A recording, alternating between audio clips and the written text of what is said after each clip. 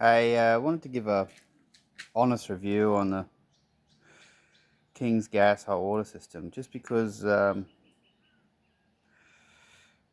they're tricky. They're a pain in the ass, but they are better than the alternative. So I wanted to just give you a quick rundown. This is the second one I've had. First one was dead out of the box, didn't work. Tried 2 different camping trips with it, didn't work either time. Took it back, they replaced it, and this one's still not perfect, but it works. So this is my setup. So first of all, the pump they give you, or the pump that's in the bundle deal, it's only got 10mm outlets on it, or 3/8 outlets on it.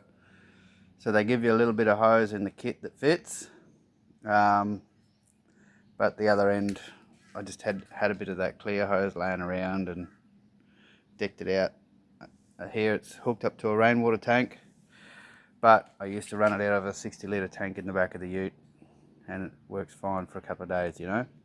I think you can get about 4 or 5 days out of a 60 litre tank if you manage your water properly, but that's where the issue starts. So here I've just got an old microphone stand holding the top.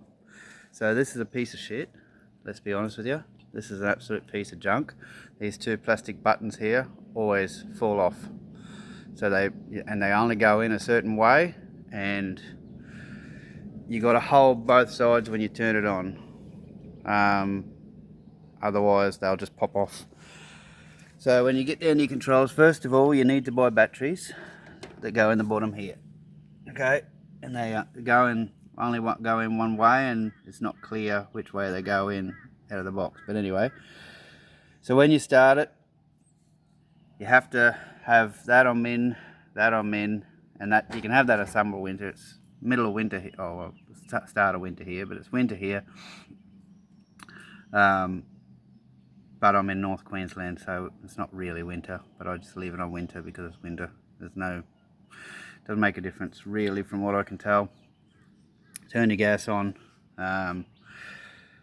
all that set up. When you turn your water on, I'll just turn it away so it don't get wet.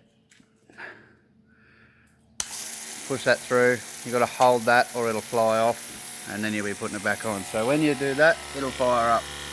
So you see now the water coming out was 14 degrees, coming up pretty quickly.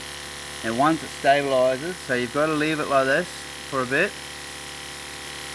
until that temperature stabilises. If you fuck with the temperature now, it'll go haywire.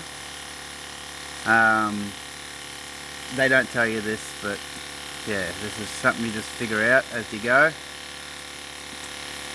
But as that temperature comes up and stabilises, it's sort of usually stabilises about 26.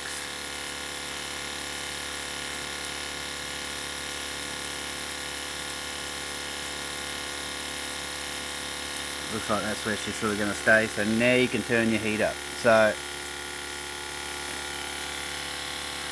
that'll come up to about 44, 45 or something like that now. About that temp, about there. Climbing pretty quickly.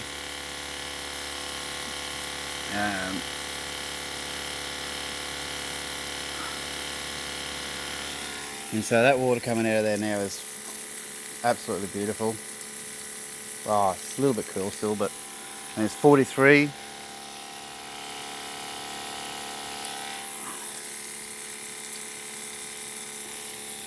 $44. I mean, you shower in that. I'd normally have it maybe a little bit hotter, 46, 47, something like that. But I mean, that's perfectly good to shower in. That's your head on all the way one way. That's it the other way, and it's just piss poor. You can turn your pump up, but it doesn't get too much better. I tend to just use it like that. So see what happened there? So we lost pressure, it dropped back down, and it will not, no matter what you do now, it will not ever recover. It'll just keep going down, and that's it. So what you got to do now is switch it off, let the flame go out, switch it back on again, and you hear it light up. Then you got to go through the whole process again getting it up to stabilize, then set your temperature. If you change anything once it's at temperature, if you change your water flow, it'll lose. It'll just go back down to nothing. And then you got to switch it off and switch it back on again. Honestly, it's a piece of shit, but it's better than having a bag out in the sun and gravity under a tree. So there's pros to it and there's cons to it. The pros to it is if you're prepared to dick around, once you get it set, and this is the problem, this is why it uses so much water, is once you get it set, you got to leave it running. I've used gas hot water systems all over the world, in Asia and Europe, and never had this drama before. But this one is, it's a piece of shit, to be honest, but it's better than a bag laying on the ground out in the sun that you're trying to gravity shower under. So once you get it up to temp, once you get it to that 44, 45, it'll just sit there all day. Oh, well, maybe not all day, but as long as you want to have a shower, it'll stay there like that. If you change anything, oh, see, there we go, nah. It's just dropping back down again. It's doing its thing. So it'll just drop back down now to nothing, and there's nothing you can do to fix it. You have to switch it off and switch it back on again. So the King's gas hot water system, you know, if I had to rate it out of 10, I'd rate it a 2 out of 10. With one of those plastic bags laying in the sun as a 1 out of 10. It's better than nothing when it works. It works okay. I mean, I've been camping out here now on this block for a bit over a week, using it every day, no dramas. But it's fiddly, and like you just saw what happened there, it just has a mind of its own and does what it does. And would I buy another one? Unfortunately, yeah, I would, because there's nothing else in that price point anywhere.